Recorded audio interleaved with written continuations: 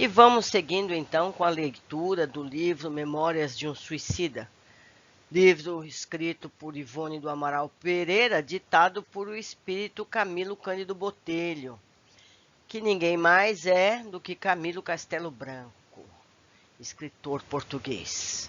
Vamos lá. Hoje começamos a segunda parte, capítulo 1, A Torre de Vigia. Que vos parece? Se tiver alguém 100 ovelhas, e se desgarrar umas delas, porventura não deixa as 99 nos montes e não vai buscar aquela que se extraviou? Assim não é da vontade de vosso Pai, que está nos céus, que pereça um desses pequeninos. Disse isso Jesus Cristo, no Novo Testamento, Mateus 18, 12 a 14.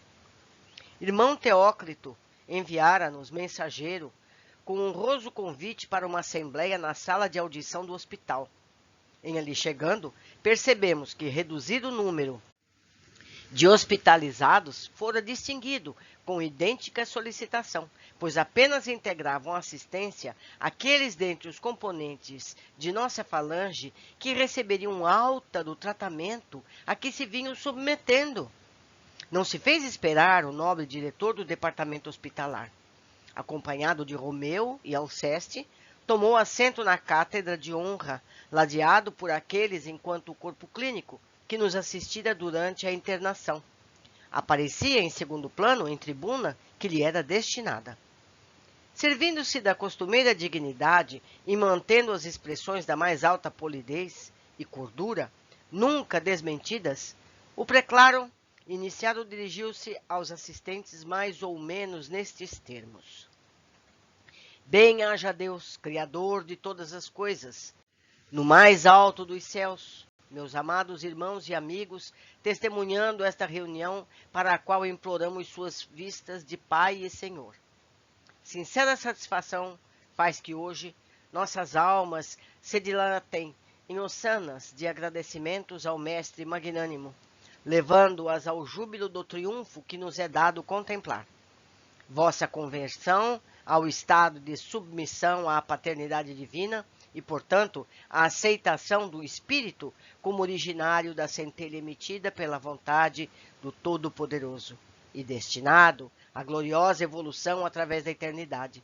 Continuais, não obstante, fracos, vacilantes e pequeninos, mas um carreiro infindável de pelejas reabilitadoras nem por isso deixará de se descortinar diante de vós através dos milênios futuros, convidando-vos ao perseverante labor do progresso para a conquista da redenção definitiva no seio amoroso do Cristo de Deus.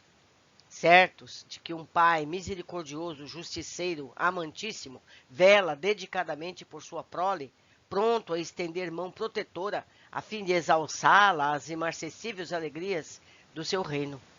Quem dentre vós não se sentirá encorajado bastante, animado para o prélio compensador, certo da vitória final? Quem deixará de arregimentar toda a boa vontade de que poderá dispor a fim de todos os dias procurar elevar-se mais um grau na longa e difícil, mas não impossível, ascensão cujo ápice é a comunhão com o Mestre bem-amado e a unidade gloriosa do seu amor?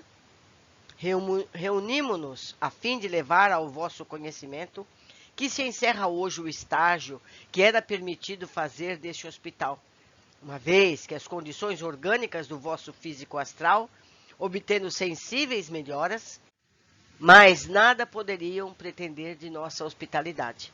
Todavia, não só ainda não vos achais curados, como até permaneceis enfermos, e enfermos continuareis por muito tempo, se a vontade disciplinada e forte não se apresentar em vosso auxílio para o restabelecimento completo.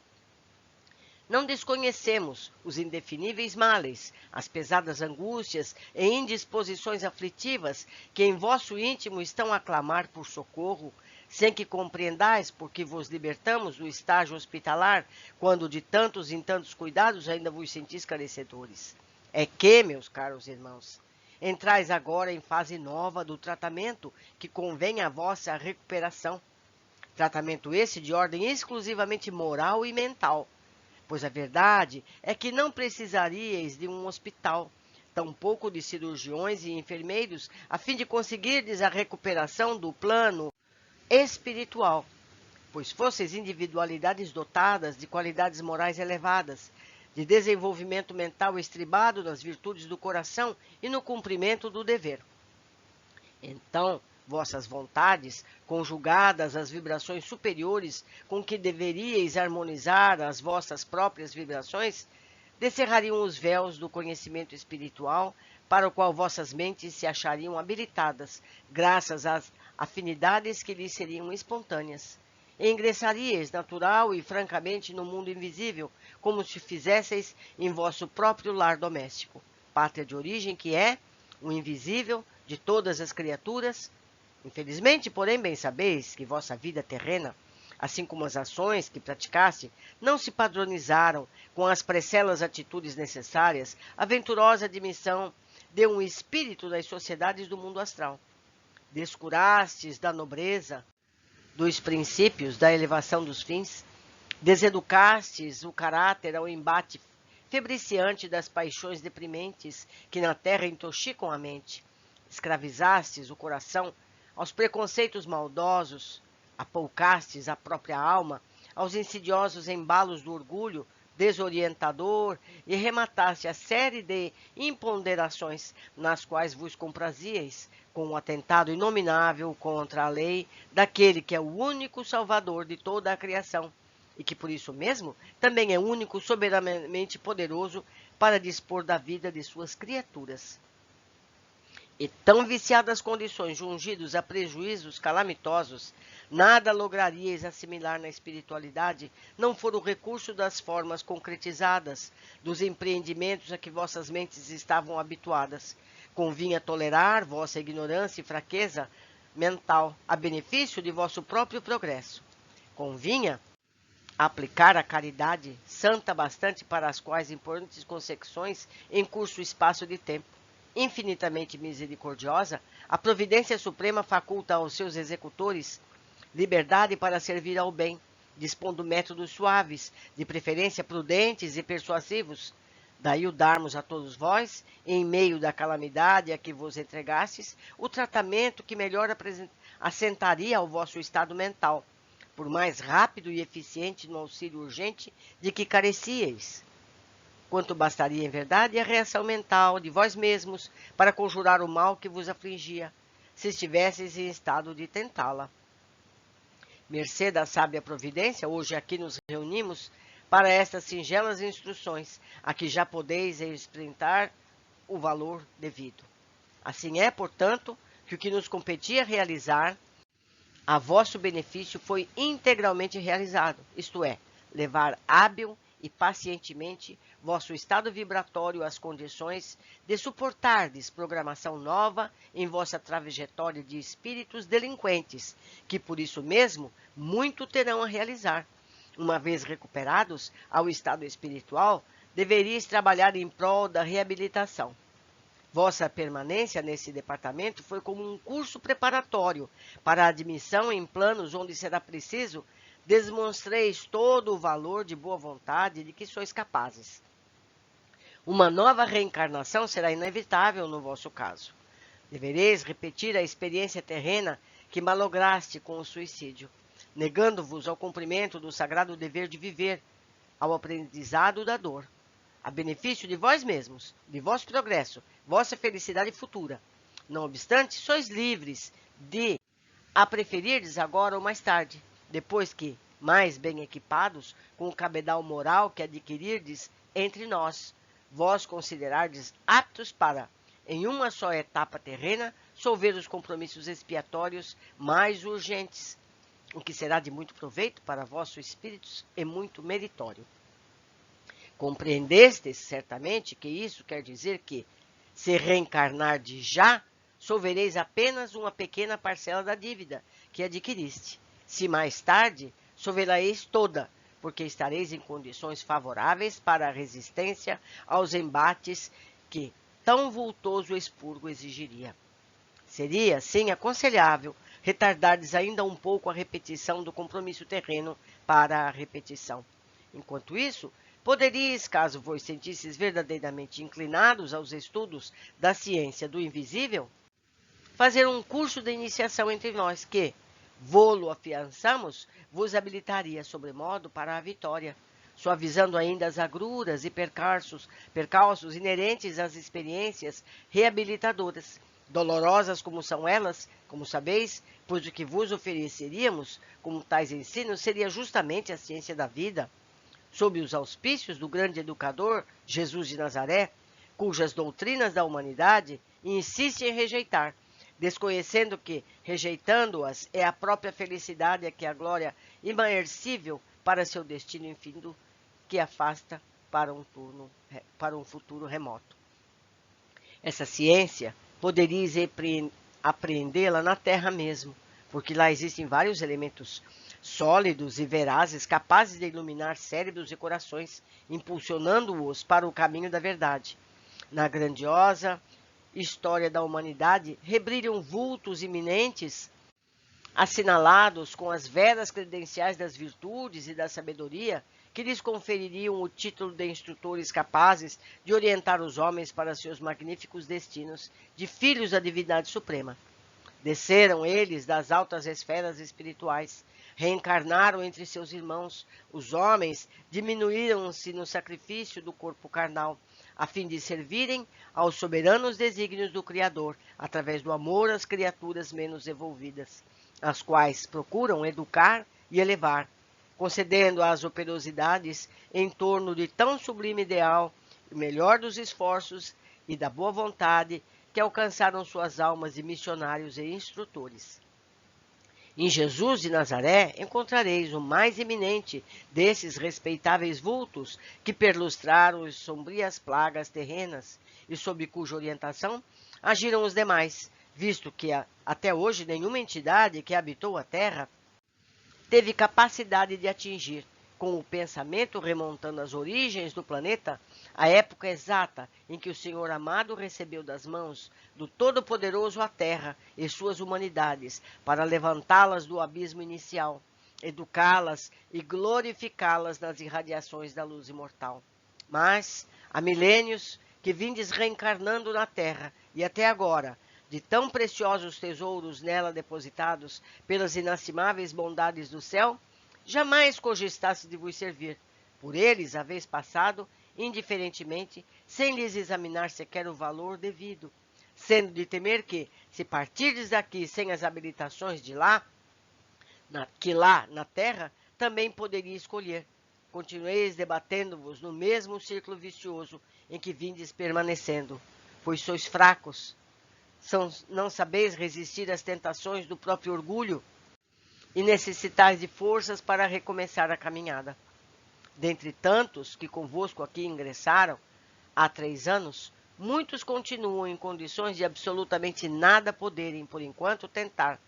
Alguns presos às recordações das paixões absorventes, endurecidos no erro das descrenças e do desânimo, completamente incapacitados, moral e mentalmente, para os serviços do progresso normal.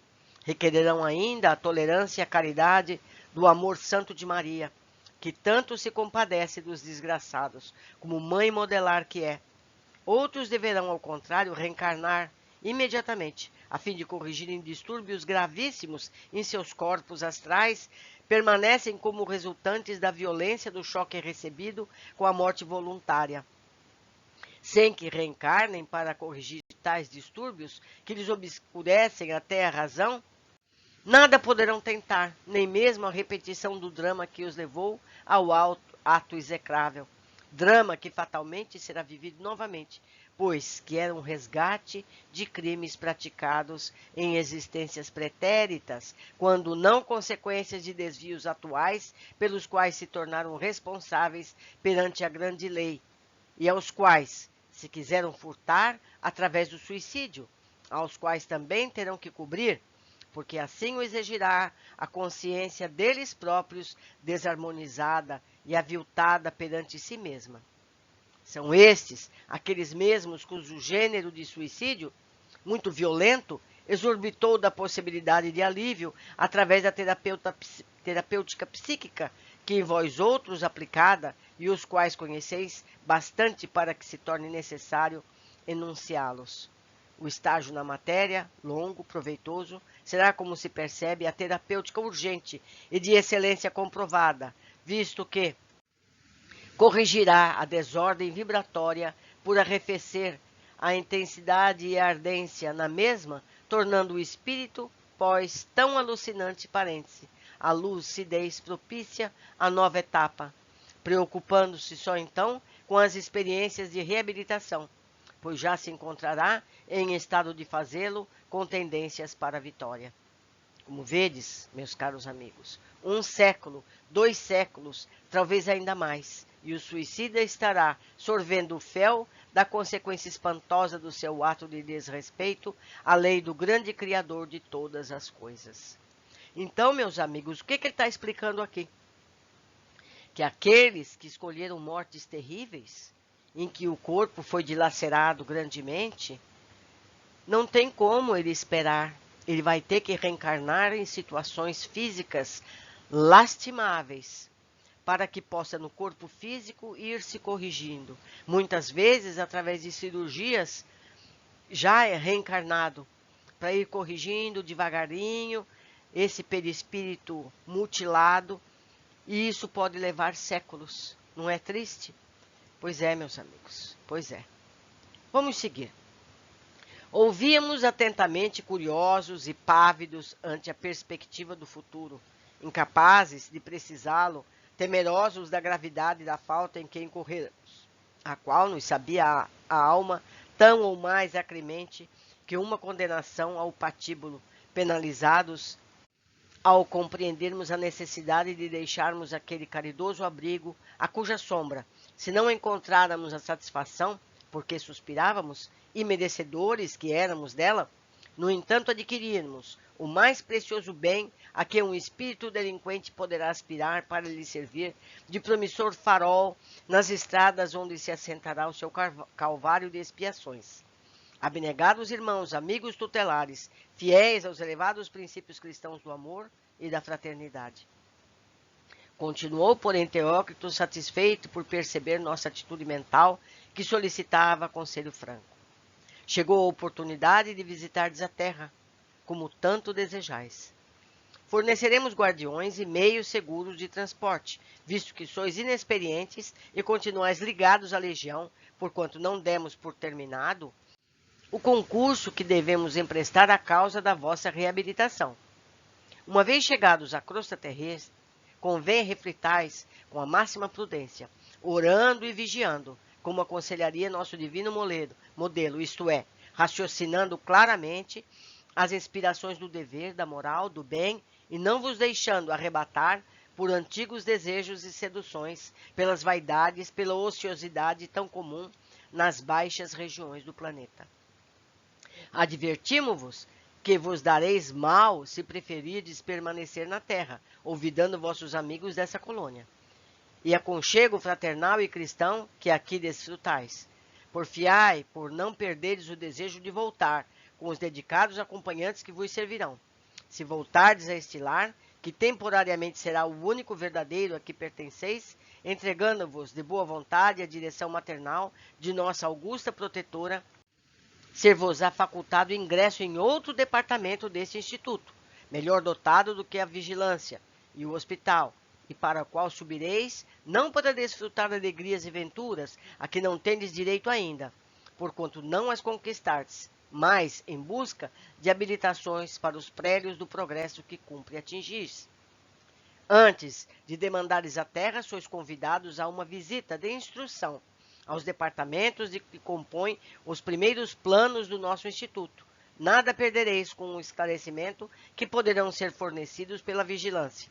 Assim também, as dependências do departamento hospitalar, isto é, o isolamento, o manicômio e ainda o departamento de reencarnação e suas interessantes sessões, que muito de perto vos interessarão, pois a verdade é que não deveis rever a pátria terrena sem os conhecimentos que nossos departamentos fornecerão. estareis mais fortes para resistir às lembranças das antigas seduções. Convém, todavia, não conserveis ilusões quanto ao que vos aguarda nessa peregrinação pela terra. Lembrai-vos que Jerônimo, há muitos anos já se deixaste os despojos carnais na lama do sepulcro. Muitos de vós já foram olvidados por aqueles a quem magoaram com o suicídio, se não completamente, pelo menos o bastante, para se terem desinteressado pela sorte do ingrato que não trepidou feri-los com tão acerbo desgosto. Envolvido nas efervescências da vida material, o homem tudo esquece com facilidade. Não julgueis, portanto, encontrar alegrias nessa peregrinação. Aliás, a terra jamais concedeu dádivas compensadoras àquele que, sabendo ser descendente de uma centelha divina, procura marchar para Deus empolgado pelas alegrias celestes que o espreitam. Sentimos-nos, porém, despreocupados quanto a tais particularidades. Convosco não sucederá o que sucedeu com Jerônimo. Estais preparados para as possíveis decepções, para os choques inesperados de sucessos que ignorais. Agora, ide repousar, e que o Mestre Divino vos conceda inspirações. Interessante, meus amigos. Importante. Na manhã seguinte, mudamos de residência. Joel conduziu-nos a um pavilhão anexado ao hospital, espécie de albergue, onde se hospedavam os recém-desligados da grande instituição, engrinaldado de roupas de rosas trepadeiras e todo orlado de ciprestes esguios, recordando paisagens clássicas da velha Índia, tão querida e celebrada pela pleiade de mestres que nos víamos ligados. Chamavam-lhe pavilhão indiano, ou ainda mansão das rosas. Todavia, as névoas amortalhavam de nostalgia também a este canto plácido, envolvendo-o em seu eterno sudário branco. Bem-estar indefinível visitava-nos a alma nesta manhã encantadora. Belarmino, que de ordinário se mantinha sério e pensativo, apresentava-se risonho, comunicativo. João de Azevedo confessava-se muito esperançoso e afirmava estar disposto a só realizar o que o irmão Teócrito aconselhasse, para que pretendia entender se ainda como aquele boníssimo diretor. Quanto a mim, sentia-me até feliz, permitindo-me mesmo a veleidade de projetos literários para o futuro, pois tinha para mim que, na próxima visita à Terra, conseguiria estrondoso sucesso do além-túmulo, voltando às lides literárias que me foram comuns com o concurso dos primeiros instrumentos mediúnicos que deparasse. Então, estávamos ainda longe de suspeitar o volume das árduas lutas que a jornada das reparações exigiria de nossos esforços. E o conforto, o carinho e o acolhimento recebido daqueles abnegados servos do bem, tendo desfeito a clâmide trágica que recobria as dores dos nossos espíritos, levava-nos a raciocinar que, afinal, o suicídio não fora tão cruel como quereria parecer. Mário Sobral era o único que se não iludia, pois falou-nos, presenciando nossa satisfação nas primeiras horas que passamos no pavilhão indiano. Que Deus assim vos conserve para sempre, amigos. Minha consciência não me permite tanto. Acusa-me intransigentemente, não permitindo tréguas ao meu desgraçado coração. O silêncio que nossos amigos guardam acerca do crime por mim praticado apavora-me mais do que se acusassem diariamente, prenunciando-me represálias. Não é possível que meu procedimento com minha esposa e meus filhos, com a desgraçada Eulina, com seus pobres pais, passe despercebido a lei cujos umbrais começam a se descerrar para o meu raciocínio. Se sou criminoso para comigo mesmo, suicidando-me, sê-lo-ei também pelo mal praticado em outrem. Sabes, Camilo? Já há algum tempo venho sentindo as mãos entorpecidas, aéreas, vazias, como se houvessem sido decepadas. Às vezes procuro-as, confuso, pois deixo de senti-las comigo. E de repente, enquanto a mim mesmo indago de que poderia motivar tal estranheza, visão excruciante perturba meu cérebro. Vejo Eulina abatida sobre o canapé, estorcendo-se sob o fragor das bofetadas com que lhe torturei o rosto, a estertorar entre minhas mãos assassinas, que lá não estão, separadas dos meus punhos, estrangulando-a. Oh, meu Deus, que representará semelhantes anormalidades? Que mais confusão mental aparecerá para castigar-me? Por quem és, Camilo, amigo? Dá-me tua opinião valiosa. Devem ser os pesares que te alucinam a mente, meu caro amigo. Os remorsos que inquietam a consciência, pois afinal de contas, não deixaste de amar aquela pobre mulher, porque não te aconselhas com o irmão Teócrito? Já o fiz, Camilo, já o fiz. E então, que te disse ele? Aconselhou-me a confiar na providência divina, que jamais abandona qualquer criatura que lhe suplique assistência, a resignar-me com o irremediável da situação, por mim mesmo criada, e a revigorar-me na fé para corrigi-la. Incitou-me à oração constante, ao esforço para estabelecer corrente magnética simpática de súplicas a Maria, para que me socorra. Esclarece e console, preparando-me intimamente para o futuro, pois não existe outro recurso ao meu alcance, a não ser esse, no momento. Pois faze-o. Se ele a isso te aconselhou, é que somente daí virá o que necessitas. Tenho feito, Camilo, tenho feito, insistiu, excitado o sofredor.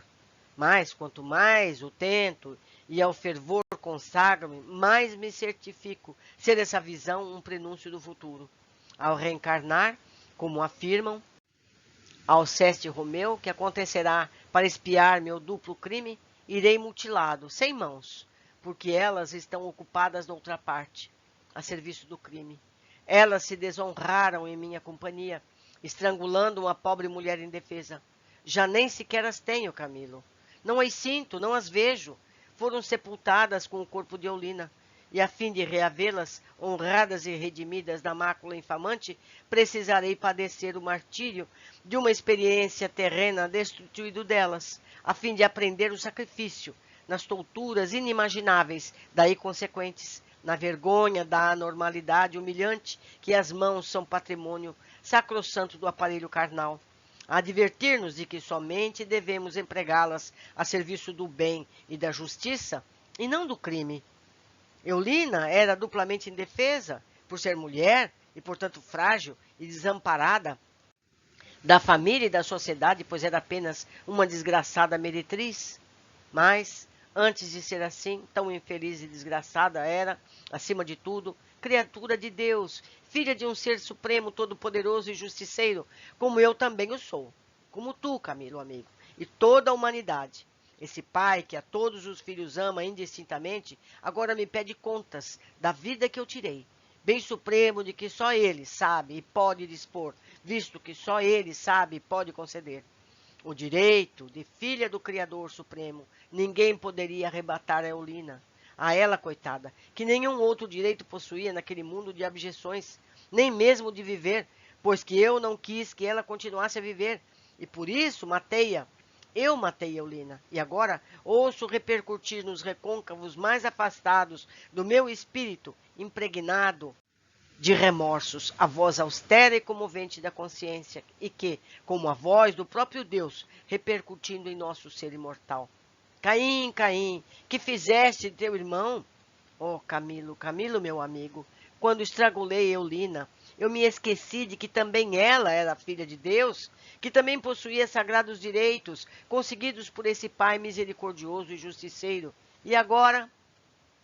As lágrimas correram em borbotões, interceptando-lhe a palavra, e a nuvem comovedora recobriu-se de tristeza e ar sereno da mansão das rosas. Aliás, a satisfação que visitara nosso íntimo naquela manhã originara-se tão somente do fato de havermos causado alegrias e Teócrito com o progresso conquistado durante aqueles 3 anos de internação. Carlos Roberto de Calerreiras prontificaram-se acompanhar-nos na visita de instrução sugerida pelo experiente diretor do departamento hospitalar. Opináramos por iniciá-la justamente da torre de vigia, que, qual fortaleza invencível em plena região bárbara do invisível, defendia um posto avançado de vigilância contra investidas nocivas de múltiplos gêneros, visto que até as emanações mentais inferiores, provindas do exterior, eram ali combatidas como das piores invasões a se temerem. A extensão a percorrer era grande. Um carro singelo e alígero recolheu-nos, pois não vislumbráramos sequer até então a possibilidade de nos impulsionarmos com o pensamento, praticando a volitação.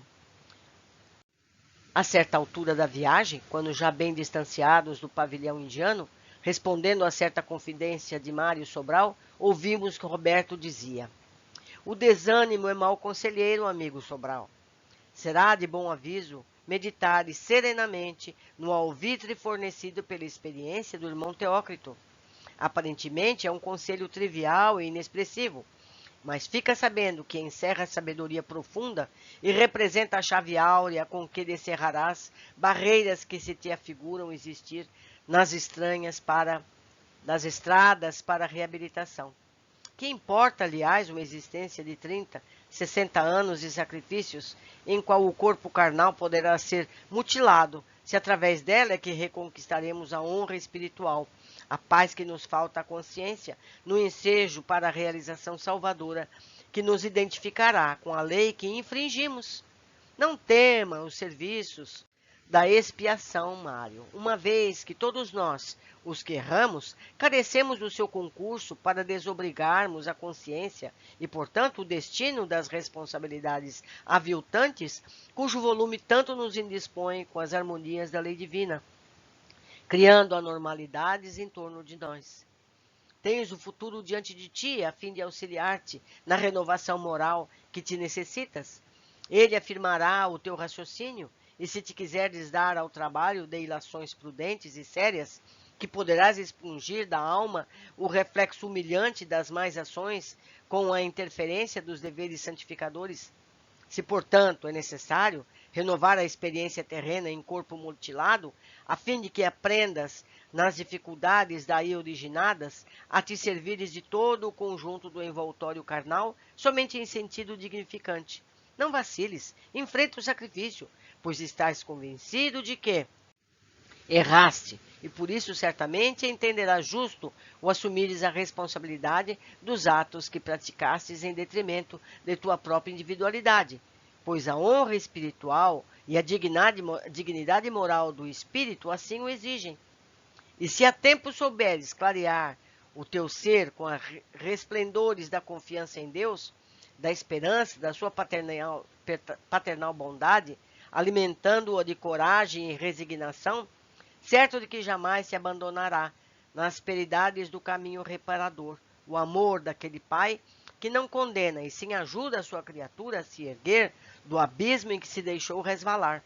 Poderás até mesmo sorrir à desgraça, deparar encantos ao longo do calvário que palmilharás. A veemência com que o jovem doutor emitira suas abalizadas advertências parecera reanimar nosso mísero comparsa, que silenciou, mostrando-se sereno o resto do dia.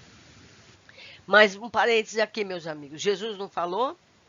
Se o nosso olho é motivo de escândalo, que o joguemos ao fogo, que entremos no mundo sem ele? Então é isso que acontece. A gente mesmo determina. Ele mesmo está querendo renascer sem as mãos, para que ele não faça mau uso delas. É simples assim. Nós mesmos é que determinamos o que nos ajuda e o que nos atrapalha. Continuando. Eis, porém, que ao longe entreviam-se os sugestivos aldeamentos do departamento a que pertencíamos. Pensativo, murmurei sem prever que seria compreendido. Em que recanto destes encontrar-se-á o pobre Jerônimo? Vosso amigo Jerônimo de Araújo Silveira encontra-se acolá, detido no isolamento, retorquiu Carlos de Canaleiras, como infrator que foi dos regulamentos hospitalares. Por que dão a essa dependência a designação de isolamento? Interpelou Mário receosamente. Porque para ali são enviados aqueles cujos procedimentos se contrapõem às disciplinas exigidas pelos regulamentos do hospital. Os inconformados, que abusariam da liberdade, sem serem, todavia, verdadeiros rebeldes. Será como uma prisão. Repugna, porém, esse vocábulo humilhante aos diretores da colônia, a que, aos demais, não traduziria a verdadeira natureza da finalidade a que se destina, como ainda há vez de verificar. Jerônimo encontra-se, pois, detido? Perfeitamente, a seu próprio benefício e para o bem daqueles a quem ama. Mário agitou-se impressionado, voltando a perquirir. Como é possível compreender-se, Dr. Canaleja, que Jerônimo, esposo amantíssimo, pai extremoso, se encontre preso, enquanto eu, 2 vezes, 10 vezes criminoso, permaneço entre os bons amigos? És um espírito sinceramente arrependido, Mário, que te deixas aconselhar pelos responsáveis por tua tutela diante de Maria, que desejas ser devidamente guiado às normas salvadoras, disposto a te mostras aos mais rudes sacrifícios a fim de apagar o passado culposo, enquanto que Jerônimo obsidiou-se com a inconformidade e a incompreensão, apegando-se intransigentemente a todas as recordações do passado, cuja perda lamenta e do qual vive, sem forças para esquecê-lo. Avesso à cogitação de elementos para suavizar a situação que seria bem outra se se desse a prudência da resignação.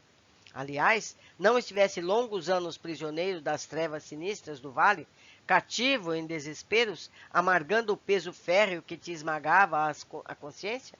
E porventura, não te conservas moralmente cativo em ti mesmo? Pois tua mente desgostosa e inconsolável não proíbe ao teu coração e ao teu entendimento toda e qualquer satisfação?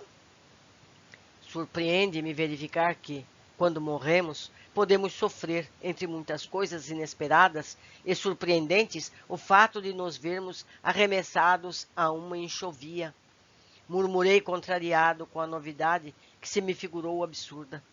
Carlos, porém, delicada e bondosamente, conquistou-me o raciocínio como conquistar o coração, apenas com essa sensata lógica exposição. Em primeiro lugar, Camilo, és tu que te referes à enxovia, quando eu apenas tratei de um isolamento, pois o vocábulo, prisão, tornava-se impróprio para a finalidade que ali se verifica. Em segundo lugar, convide todos vós que não deveria constituir surpresa a existência de prisões aqui, no além-túmulo. Fostes homens de muitas letras, pensadores eruditos, profundos, dialéticos, e tal ignorância se torna notável justamente por serdes esclarecidos. Pensamos aqui muitas vezes, depois de chegarmos a compreender as atuações gerais dos espíritos desencarnados inferiores, sobre o que seria a humanidade terrestre se não existissem repressões nas sociedades espirituais. Uma vez que, mesmo havendo-as, hordas sinistras e malfeitores do plano invisível atacam a todas as horas os homens incautos que lhes favorecem o acesso, contribuindo para suas quedas e para a desordem entre as nações. Na Terra, há quem não ignore a realidade que acabais de descobrir aqui e que tanto parece desgostar-vos. Jesus referiu-se a esse importante fato várias vezes e até mesmo aventou a possibilidade de se atar o delinquente de pés e mãos. As religiões insistem em apregoar tão sombrio ensinamento, e conquanto o façam imperfeitamente, nem por isso deixam de prever numa realidade. Por sua vez, a terceira revelação, que na Terra já há alguns anos vem apresentando extensas reportagens do mundo invisível, põe a descoberto para o entendimento de qualquer inteligência impressionantes pormenores a respeito da palpitante realidade que até mesmo os povos mais antigos aceitavam e compreendiam na sua justa expressão, como verdades dignas de respeito. Se vos surpreendeis neste momento com a informação de que vosso amigo se encontra detido no isolamento dos rebeldes, será porque nunca vos preocupastes com assuntos realmente sérios, preferindo nortear vossos peregrinos dotes intelectuais para os declives das frivolidades improdutivas, próprias das sociedades humanas que se comprazem na ociosidade mental e na inércia do comodismo intelectual.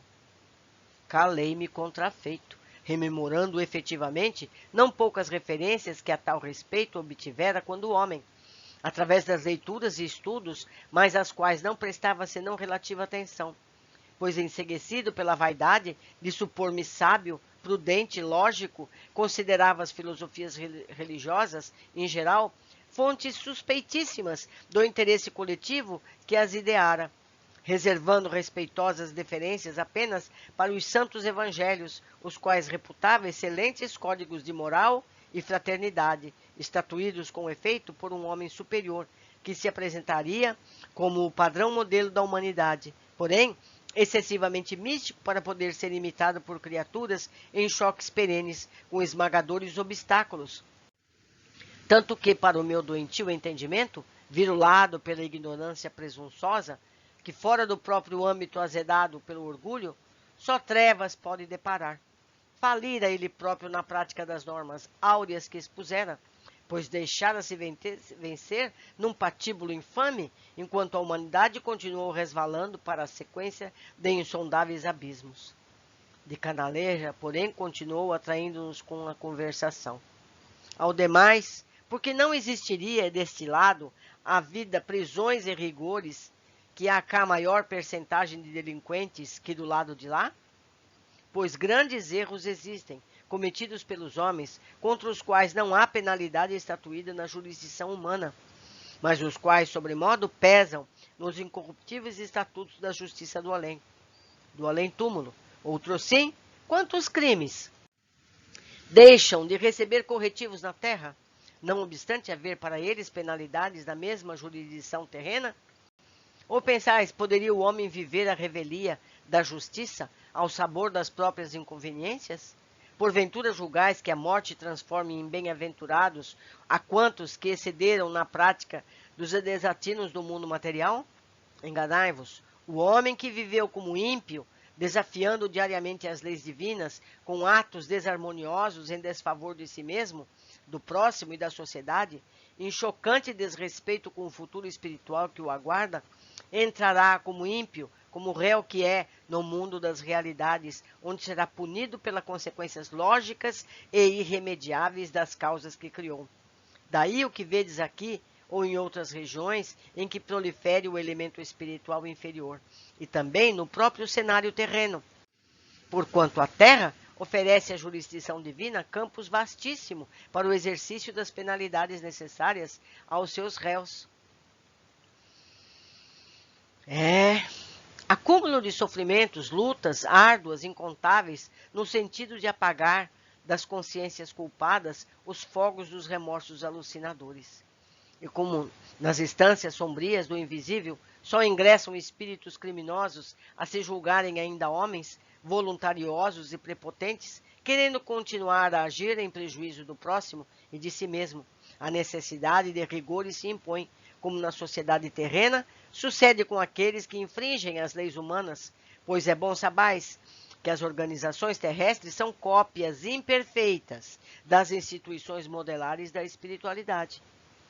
Deslizava o veículo, já se aproximando da meta para o qual nos dirigíamos. Caiu o silêncio em torno, conservando-nos todos nós pensativos com o que acabáramos de ouvir. Tão simples, tão real, se apresentava aquele mundo astral, que sua mesma realidade, sua impressionante simplicidade, contribuía para a confusão que nos julgarmos homens, quando éramos espíritos. A torre de vigia desenhava-se como incrustada nas camadas acinzentadas da cerração, trazendo à lembrança antigas fortalezas da Europa. Majestosa e sugestiva, infundiria respeito, senão pavor, ao transeunte das vias do invisível que lhe desconhecesse a finalidade. Acompanhados dos guias que levávamos, obtivemos passagem livre em seus pórticos. Comoção penosa precipitou vibrações de angústia em nosso ser acovardado pelas recordações dos desabores suportados, pois dir-se-ia que aquele ambiente pesado e sombrio falava a nossa alma dos dramas vividos nas penumbras do vale sinistro. A torre era, como sabemos, dependência do Departamento de Vigilância, e conquanto tivesse direção autárquica, havia ela de trabalhar em harmonia com a direção geral daquele departamento, em coesão perfeita com ideias e fraterna solidariedade. Seria o posto de maior responsabilidade de toda a colônia, se ali pudesse existir algum menos responsável que o seu congênero, porque situada em zona perigosa do astral inferior, rodeada de alimentos nocivos e perturbadores, sendo o dever seu a esses combater, desviar, impedindo o assédio de espíritos assaltantes, encaminhar para outras paragens infelizes perseguidores por obsessores, ou melhor, infelizes perseguidos por obsessores que a todo custo na colônia se desejassem abrigar, o que não seria possível, porquanto tratava-se de local especializado para alojamento de suicidas. A direção interna achava-se a cargo de um ex-sacerdote católico português, também havia muito iniciado nos tempos da ciência da Índia.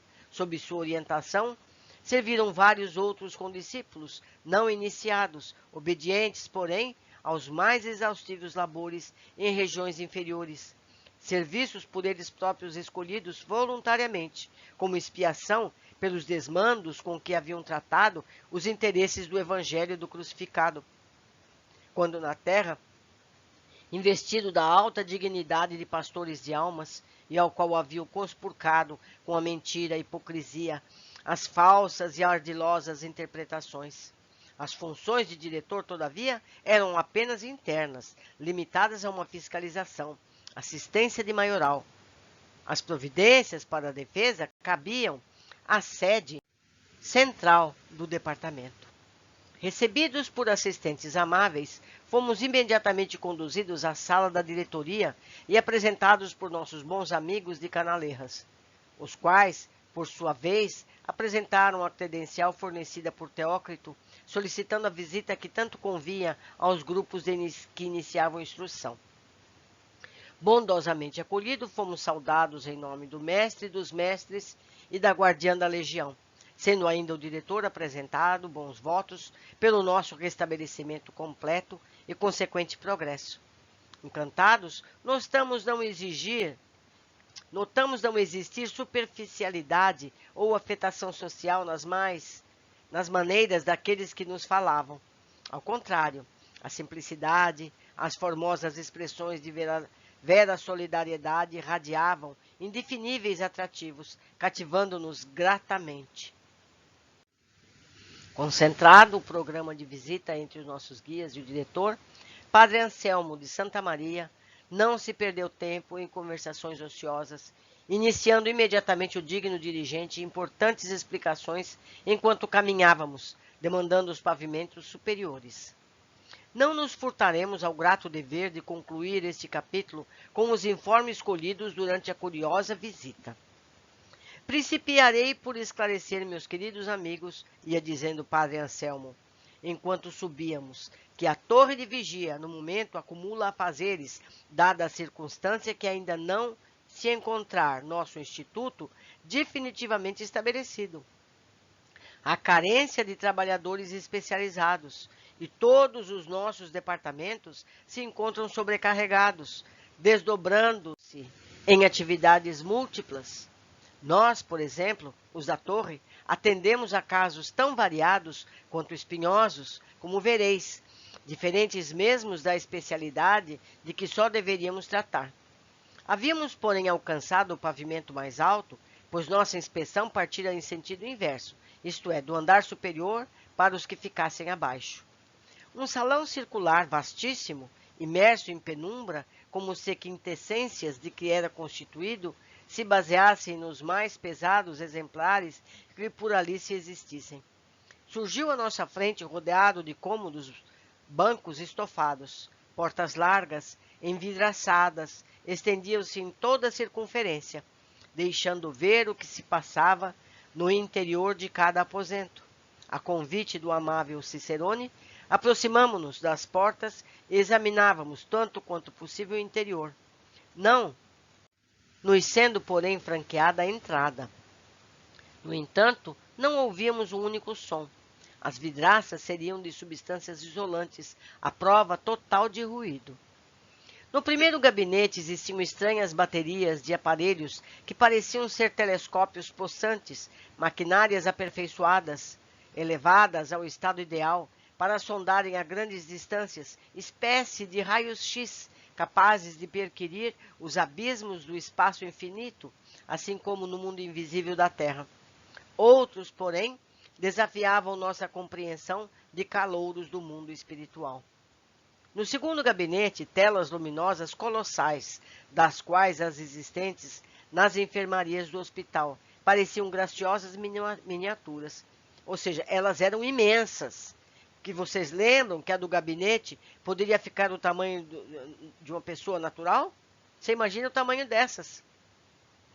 indicavam haver necessidade ali também de retratarem-se acontecimentos e cenas ocorridas a imensuráveis distâncias, tornando-os presentes aos técnicos e observadores para tantos credenciados, a fim de serem devidamente estudados e examinados.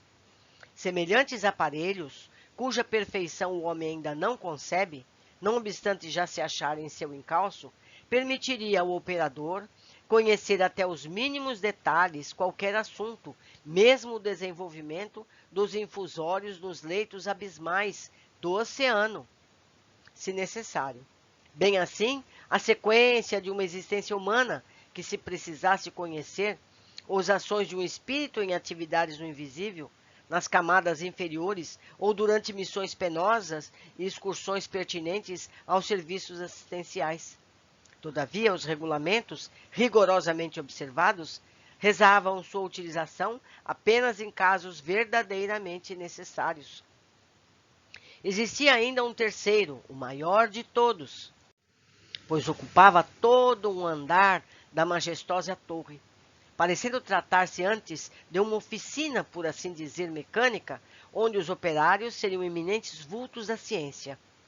Era este o local reservado à maquinária magnética, que permitiria o uso e a ação de todos os magníficos aparelhamentos existentes na colônia, inclusive do sistema de iluminação noturna, espécie de usina eletromagnética, distribuidora de fluidos diversos, capazes para o bom funcionamento dos mesmos aparelhos. E em todos os compartimentos da azáfama, sem interrupções, labor incessante e árduo, quiçá exaustivo, muitas damas figuravam no quadro de funcionários, que em tais dependências víamos desenvolvendo meritórias atividades. Pareciam figuras aladas, indo e vindo em silêncio, sérias e atentas, envolvidas em belos vestuários brancos, tão alvos que se diriam lucilantes, particularidade que nos despertou atenção, fazendo supor a nossa incapacidade tratar-se de uniformes para uso interno, quando em verdade nada mais era senão o padrão do bom estado vibratório de suas mentes. Esforçavam-se por diminuí-lo num local incompatível com suas verdadeiras expansões.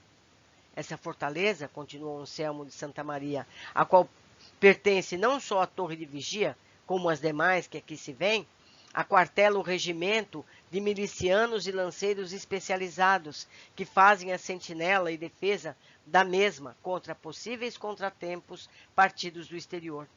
Muitos dos integrantes desse regimento são discípulos da iniciação cristã popular. Ensaiam os primeiros passos na cena dos labores edificantes, caminho da redenção. Alguns foram também suicidas, que agora experimentam conosco a reparação de antigos deslizes. Outros, no entanto, saíram da mais negra impiedade, pois foram, além de suicidas, temíveis obsessores, e seus delitos, os crimes que praticaram durante tão lastimáveis ofícios, são bem fáceis de avaliar. Todos eles, porém, são tratados pela direção da colônia com desvelado amor e caridade cristã, a qual se acha afetos dos trabalhos de auxílio à sua reeducação. Sobre os últimos, isto é, os obsessores, existem menos recomendações especiais provindas do mais alto, visto que a insigne guardiã da legião deseja vê-los o mais cedo possível integrados nas hostes dos verdadeiros conversos da doutrina do amado Filho, na legião dos trabalhadores devotados da causa magnânima do Mestre dos Mestres. Assim sendo, além dos trabalhos que desempenham, a que também fazem parte da instrução que lhes é devida, todos estudam. Aprendem com seus instrutores noções indispensáveis do amor, da justiça, do dever, do bem legítimo, habilitam-se na moral do Cristo de Deus, no respeito devido ao Todo-Poderoso, até que tornem a reencarnação para os testemunhos decisivos. Não obstante, muitos já venceram as primeiras etapas dos testemunhos indispensáveis, isto é, voltaram já das terríveis reencarnações expiatórias, continuando aqui a instrução para progressos futuros.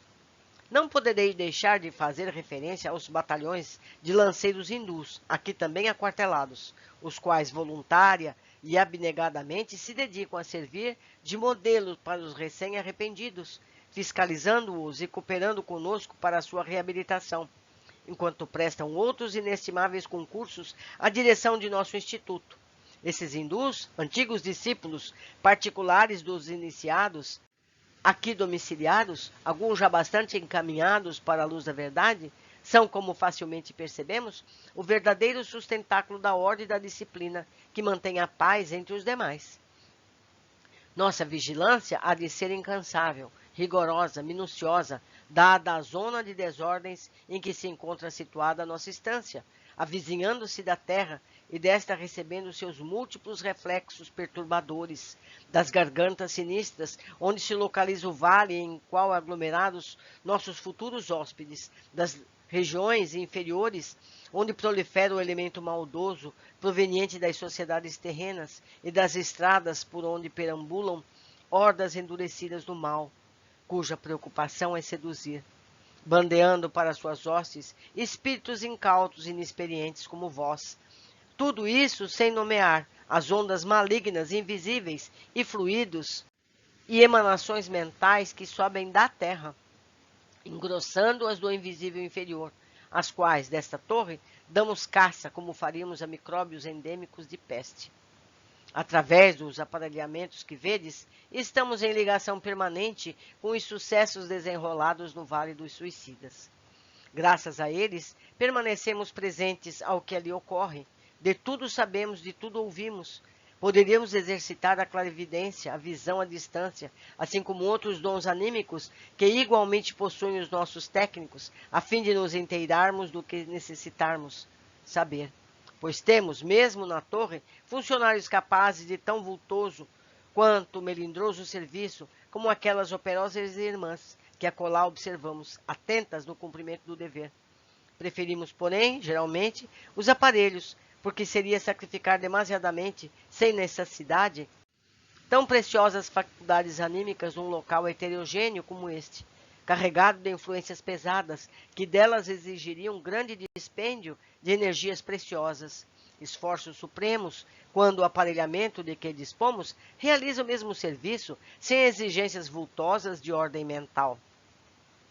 Por muito desgraçados, pois, que sejam os galés do vale, ou os transviados que se aprazem no mal e cujo raio de ação se encontre no caminho de nossas atividades, jamais se acharão desamparados, pois os servos de Maria velam por eles com o auxílio desses magníficos aparelhos de visão e comunicação, e os socorrem no momento oportuno, isto é, desde que eles mesmos estejam em condições de serem socorridos, transportados para outro local.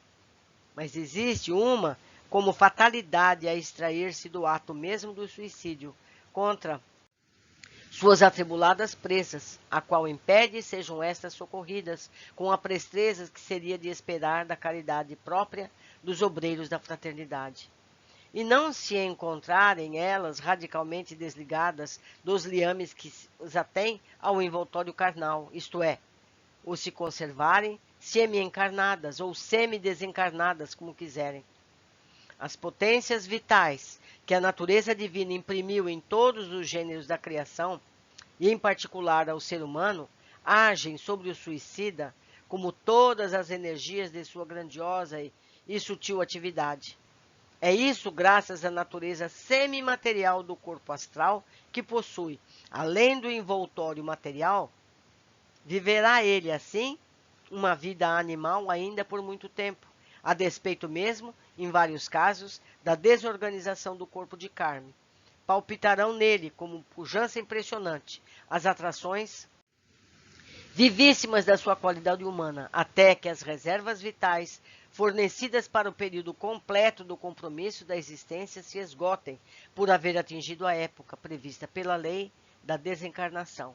E isso nós já lemos nos capítulos anteriores. Então, se a pessoa ia viver 80 anos e ela se suicida aos 20, ela terá 60 anos de padecimentos até que se esgote o fluido vital a que ela recebeu ao nascer. Então, meus queridos, não é fácil viver naquele mundo que foi descrito por Camilo por 60 anos, não é verdade? Vamos continuar. Então, anormal com deplorável situação, permanecerá o suicida, sem que nada possamos fazer em favor de socorrê-lo, apesar da nossa boa vontade. Quer dizer, nem que os espíritos bons queiram tirá-lo de lá, não é possível. Isso, meus filhos, assim é que, e vós, mais do que ninguém o sabeis, é de lei rigorosa, incorruptível, irremediável, porque perfeita e sábia, a nós cumprindo procurar compreendê-la e respeitá-la, para não nos infelicitarmos pelo intento que tivermos de violá-la. Aqui é a observação. A excelsa misericórdia encaminha geralmente tais casos, tidos como os mais graves, a reencarnações imediatas, onde o delinquente completará o tempo que lhe falta para o término da existência que cortou. Conquanto muito dolorosas, mesmo anormais, tais reencarnações seriam preferíveis às desesperações de além-túmulo, evitando ao demais grande perda de tempo ao paciente. Veremos então homens deformados, mudos, surdos, débeis mentais, idiotas ou retardados de nascença. É o caso de vibrações. Tão somente o perispírito não teve força vibratória para modelar a nova forma corpórea, a despeito do auxílio recebido por técnicos do mundo invisível. Assim concluirão o tempo que lhes faltava para o compromisso da existência prematuramente cortada. Corrigirão os distúrbios vibratórios e, logicamente, sentir-se-ão aliviados. Trata-se de uma terapêutica, nada mais. Recursos extremos atingidos pela calamidade da situação. É o único, aliás, para os casos em que a vida interrompida deverá ser longa. Ó vós que ledes essas páginas, quando encontrardes pelas ruas um irmão vosso assim anormalizado, não pejeis de orar em presença dele. Vossas vibrações harmoniosas serão também excelentes terapêutica. Então, meus amigos, quando a gente encontra pessoas em situações físicas deploráveis, devemos orar por elas, e isso estará ajudando na mais rápida repercussão no seu perispírito, melhorando sua situação e acelerando o seu progresso físico, não é? Continuando. Daí a calamidade que sobrevém aos suicidas e a impossibilidade de abreviarmos os males que os afligem. O que lhes sucede é um efeito natural da causa por eles próprios criada, pois se colocaram na melindrosa situação de só o tempo poder auxiliá-los. O que a benefício deles podemos tentar, nós o tentamos sem medir sacrifícios. É que quando em vez, ou melhor, em ocasião justa e adequada, organizarmos expedições de missionários voluntários, que até seu inferno desçam a fim de encaminhá-los para essa instituição, onde são asilados e devidamente orientados para o respeito a Deus, de quem não se lembraram jamais, quando homens, e nos reunirmos para o cultivo de orações diárias em seu benefício, irradiando centelhas benéficas de nossas vibrações em torno de suas mentes superexcitadas, procurando abrandar as ardências dos sofrimentos que a experimentam com suaves intuições de esperança. Se não se conservassem tão alucinados, sussurrados nos boqueirões da desesperança, da funesta descrença em Deus, na qual sempre se comprazem, perceberiam os convites à oração que todas as tardes lhes dirigimos ao cair do crepúsculo, assim como as falas de encorajamento, intentando despertá-los para o advento da confiança nos poderes misericordiosos do Pai Altíssimo, pois não devemos olvidar que tratamos de povos cristãos que mais ou menos se emocionam a recordar a infância distante, quando ao pé da lareira, junto ao regaço materno, balbuciavam as doces frases da anunciação de Gabriel à Virgem de Nazaré, que receberia como filho redentor da humanidade. Nós nos vemos na preocupação de lançar mão de todos os recursos lícitos para, de algum modo, enxugar as lágrimas desses míseros descrentes que se precipitaram em tão pavoroso abismo.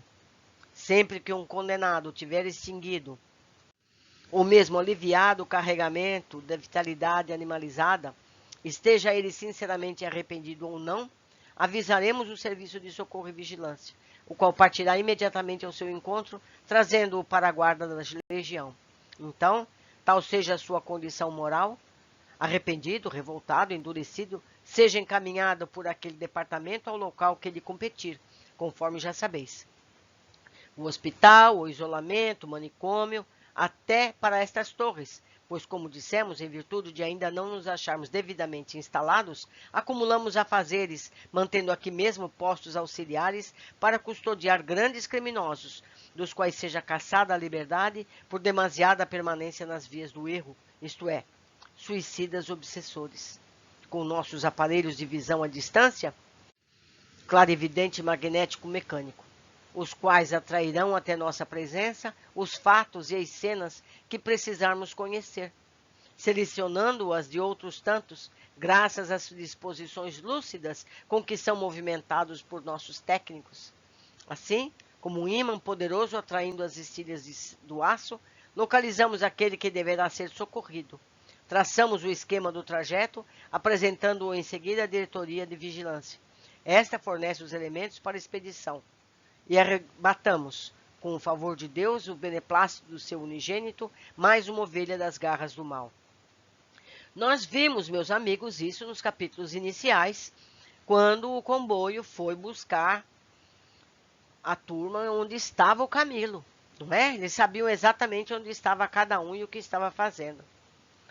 É rigorosamente proibida a entrada nesses gabinetes a quem aí não exerce atividades. Por essa razão, não vos convidarei a uma inspeção minuciosa no conjunto do aparelhamento. Os funcionários são espíritos de escola, missionários do amor, técnicos especializados no gênero dos serviços, os quais, podendo desenvolver operosidades em esferas floridas de luz e de bênção, preferem descer aos bátaros sombrios da desgraça, para servirem, por amor ao Mestre Divino, a causa sacrossanta dos seus irmãos inferiores e infelizes, verdadeiros anjos guardiões dos infortunados, por quem velam. Então, meus amigos, esses técnicos que trabalham aí poderiam estar lá nos píncaros de luz, gozando as maravilhas dos céus límpidos, e eles estão aí trabalhando. É, como disse Jesus, quem quiser ser o maior, que seja o protetor de todos, o zelador de todos, não é verdade? Continuando. São estes rendidos por outra turma de 12 em 12 horas. Descansarão, se o desejarem, nos jardins do templo, que, como sabeis, é o mais elevado plano de nossa humilde colônia, ou se dedicarão a outros afazeres que lhes sejam afetos, ou ainda alçarão as moradas em que em verdade pertencem. Refazem-se aí das angústias suportadas num ambiente trevoso, onde heroicamente laboram em favor do próximo, e retornam no dia imediato, fiéis ao dever que voluntariamente abraçaram. Pois convém frisar, meus amigos, que para os serviços de socorro e proteção aos párias do suicídio, não existem nomeações nem imposições de leis, uma vez que ele mesmo, o suicídio, está fora da lei.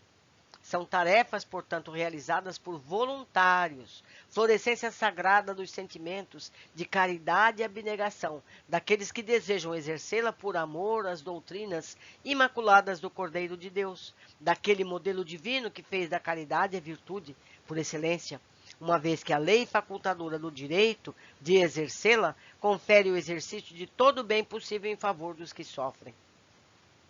Admira-me ver personagens tão altamente prendadas, desdobrando-se em locais de labores tão pouco agradáveis, observou Belarmino com a azeda impertinência de quem na terra levou vida fidalgada, de capitalista ocioso, para quem serão desdouro os trabalhos árduos, as lides contínuas do dever. Não existiriam na legião funcionários espiritualmente menos evoluídos, mais concordes quanto com a natureza do ambiente, a dos exaustivos desempenhos nele decorridos?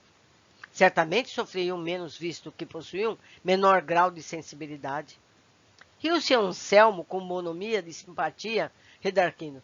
Bem se vê, irmão Belarmino, que desconheceis a delicadeza e a profundidade dos assuntos espirituais, cuja intensidade não é sequer suspeitável no globo terrestre.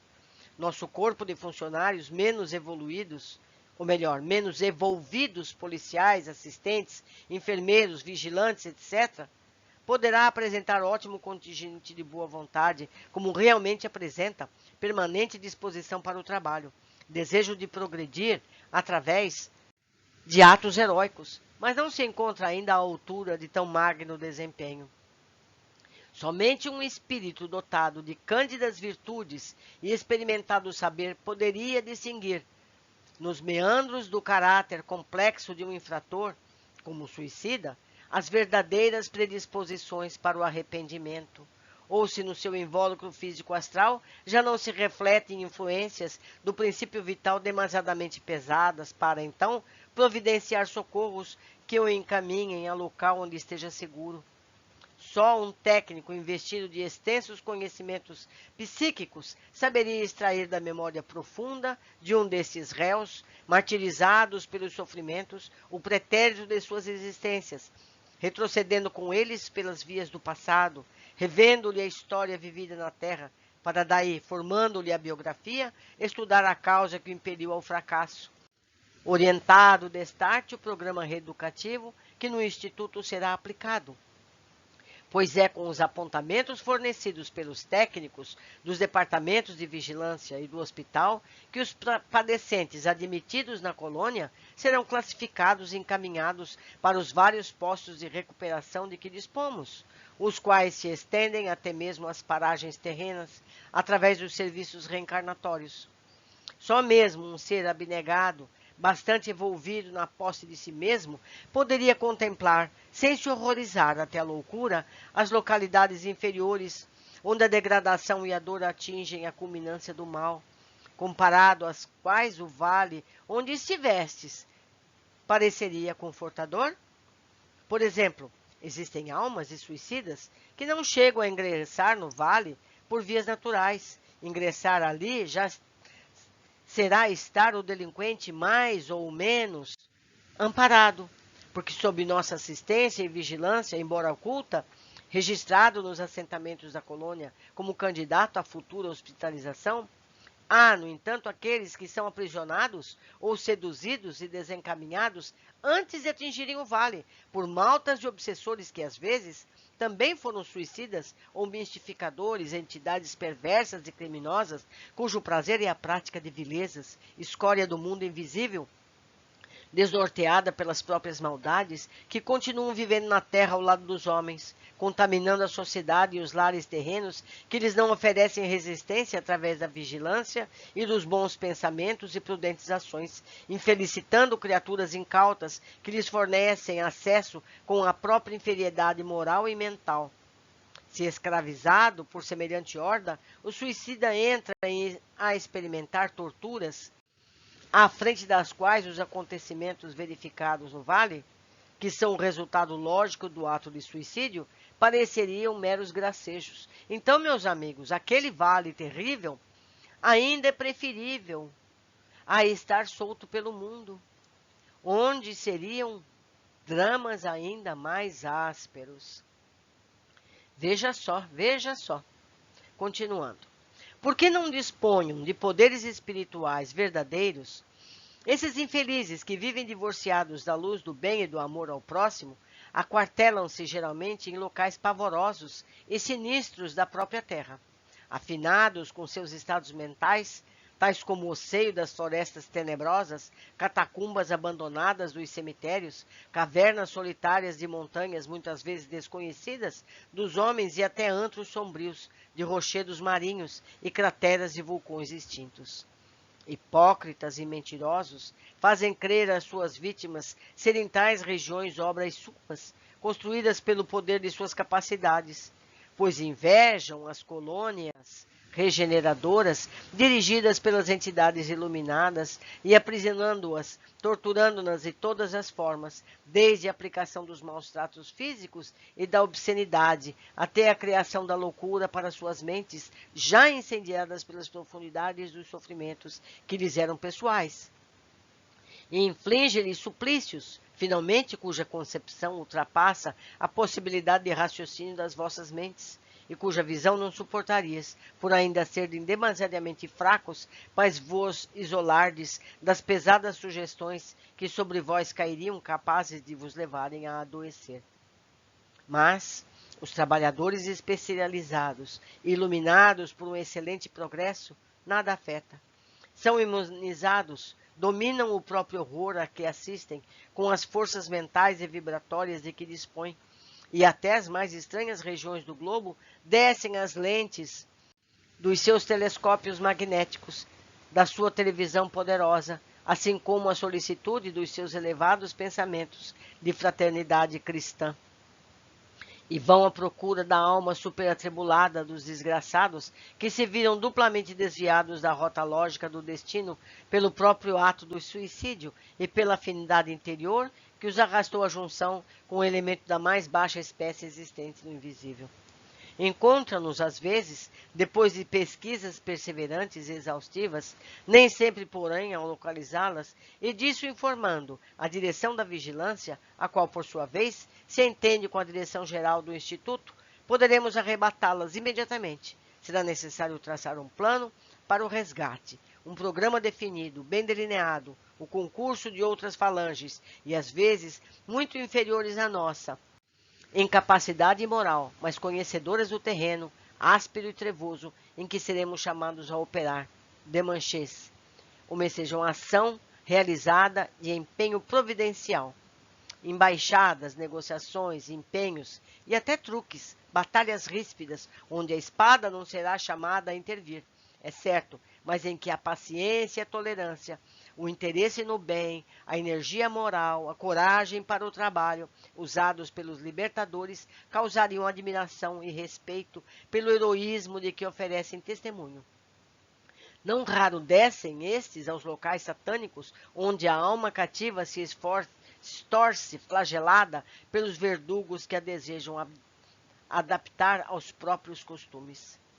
Imiscuem-se com a horda, submetem-se a dramáticas necessidades de se deixarem passar, muitas vezes por saquazes das trevas, invariavelmente sofrem em tais ocasiões esses abnegários obresos do amor.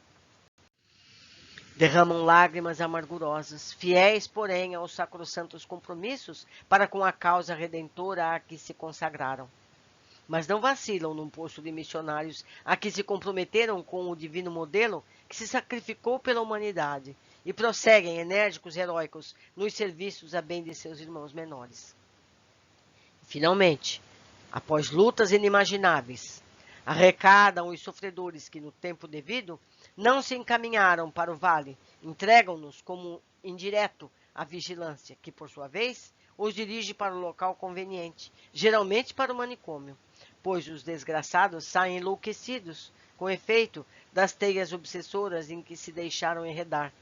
E porque é sumamente importante, arrebanham também os próprios obsessores, os algozes, os quais mais não são do que espíritos audaciosos de homens maldosos que viveram envolvidos nas trevas do crime, apartados de Deus. Se além de obsessores são também suicidas, nossa colônia poderá retê-los. Hospedamo-los, no entanto, aqui mesmo, na vigilância, em local apropriado dessa fortaleza, pois possuindo eles afinidade para nenhum outro plano melhor que este, são, ao demais, considerados elementos perigosos, indesejáveis em dependências onde se opera o levantamento da moral de outros delinquentes já predispostos ao bem. Mantemo-los sob severa custódia, procurando tanto quanto possível ministrar-lhe forças e meios para se reeducarem e reabilitarem.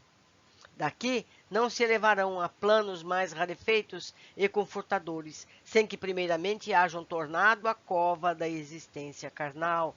Ou seja, daí nem chega a ser uma pessoa boa, tem que reencarnar, a fim de se despojarem do peso dos crimes mais revoltantes que cometeram, pois suas condições morais e mentais, excessivamente prejudicadas, lhes interceptam maiores possibilidades.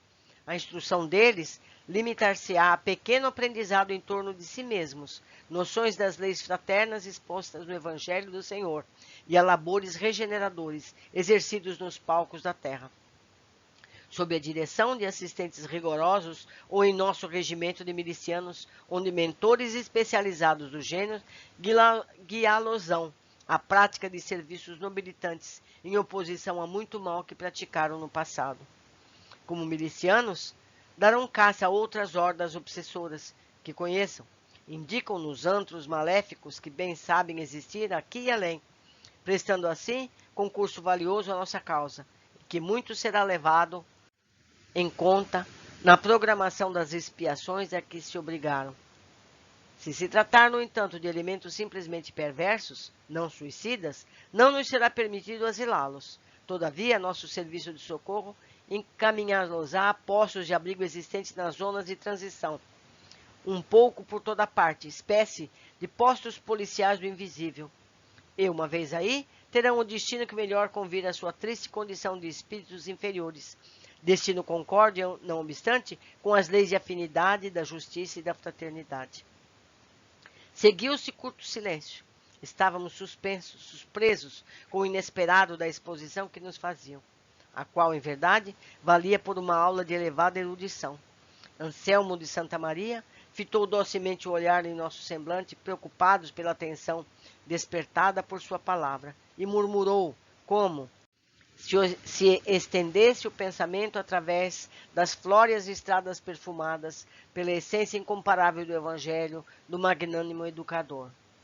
Sim, meus filhos, assim é que fatalmente teria de acontecer, pois o próprio Nazareno afirmou que o bom pastor deixa o rebanho obediente, amparado em seu redil, e parte em busca da ovelha transviada, só descansando após reconduzi-la salva dos perigos que a cercavam. E acrescentou, para a justiça e glória dos nossos esforços em cooperar com ele: das ovelhas que meu Pai me confiou, nenhuma se perderá. Meus amigos queridos, eu sei que muitas pessoas não aceitam esse tipo de socorro. Acham que a pessoa má tem que sofrer e ponto final. Não é bem assim. As pessoas erram por ignorância, porque se soubesse, não teriam errado. Isso que muita gente não entende. Não existe o mal, existe a ignorância do bem. Deixo aqui com todos o meu e-mail para que possamos responder ou partilhar o conhecimento que vocês têm, para que eu também possa aprender com vocês. Um grande abraço, sejamos gratos a esses textos que nos ensinam tanto. Um abraço e até nosso próximo capítulo.